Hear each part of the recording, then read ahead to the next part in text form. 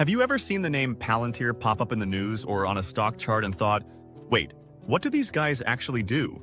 Like, are they a spy company? A defense contractor? Just another software firm with a cool name? Well, it's actually kind of all of that, and way more. Let's break it down. Palantir was founded back in 2003 by Peter Thiel, the PayPal billionaire, along with a group of engineers who wanted to solve a really specific problem. How do you use data to catch terrorists without turning into Big Brother? At the time, after 9/11, governments were drowning in data. Flight logs, financial records, phone calls, but had no idea how to actually connect the dots. Palantir built software that could take all those messy data sources, clean them up, find patterns, and show relationships between people, locations, events, all in one place. And their first major backer? The CIA. Yup, the Central Intelligence Agency, through their own venture arm called In-Q-Tel.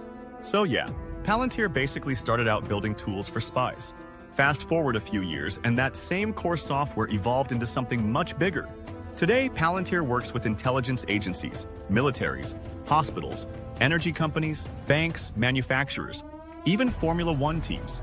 The tech stayed the same idea. Take chaos and make it make sense. They now offer a few main products, and this is where most people get confused. First, there's Gotham. This is the OG product used by law enforcement and military clients. It helps them identify threats, manage operations, and make decisions in real time. Think battlefield logistics, troop movements, intelligence reports, all flowing into one interface where commanders can simulate outcomes and react fast. Then there's Foundry. That's more for commercial clients. It's used by companies like Airbus, BP, Merck, Ferrari.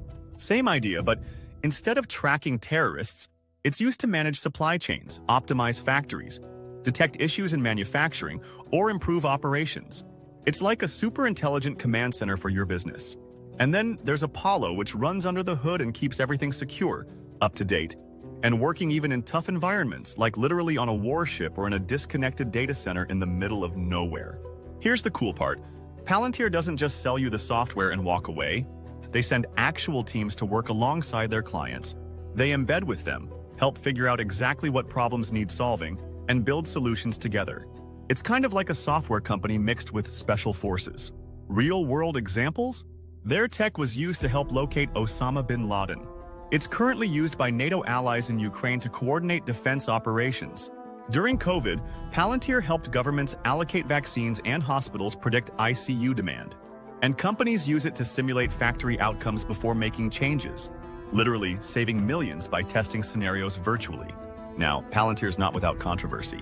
Some people are freaked out by how much power this software gives governments and corporations. They work with militaries, police, border agencies, and that raises obvious questions about surveillance and civil liberties. Palantir says they don't collect the data, they just help make sense of it. But still, it's a gray area. And lately, they've gone all in on artificial intelligence.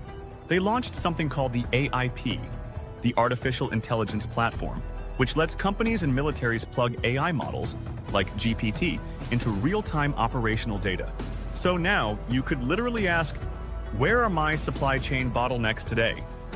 Or what's the best move on this battlefield map? And the AI doesn't just guess, it answers based on real data. Their goal?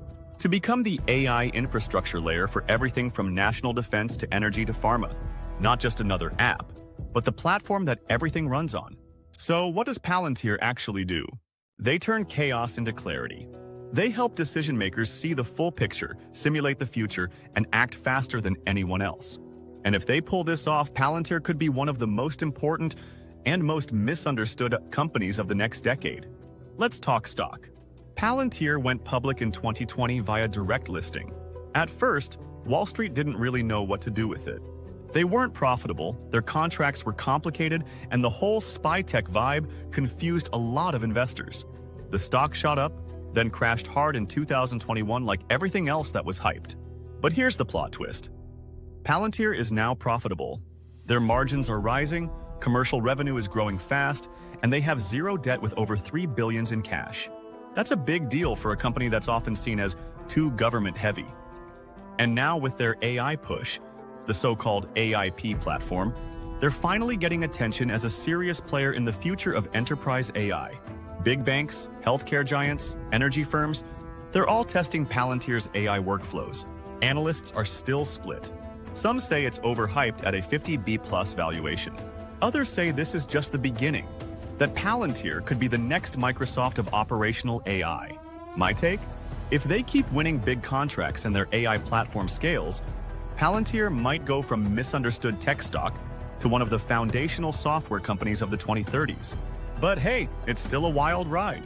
This stock isn't for weak hands. But if they keep delivering, it could be one of those stories you brag about holding in 10 years. If that blew your mind even a little, drop a like, maybe a sub, and let me know in the comments if you trust a company like this.